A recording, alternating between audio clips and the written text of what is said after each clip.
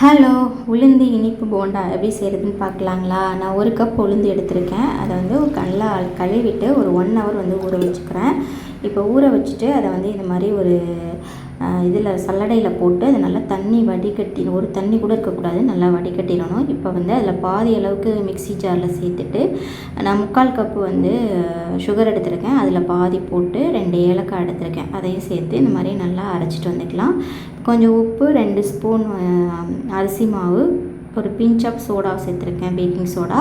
So இது optional தான். சேர்த்துட்டு இப்போ நல்லா மிக்ஸ் பண்ணி விட்டுட்டு நல்லா எண்ணெய் வந்து காஞ்சதுக்கப்புறம் மீடியம் ஹீட்டில் வச்சுட்டு இது மாதிரி போண்டாவாக போட்டு எடுத்துக்கலாம். ஸோ இது மாதிரி நல்லா பொறுமையாக எல்லா பக்கமும் வேக விட்டு எடுத்துக்கணும்.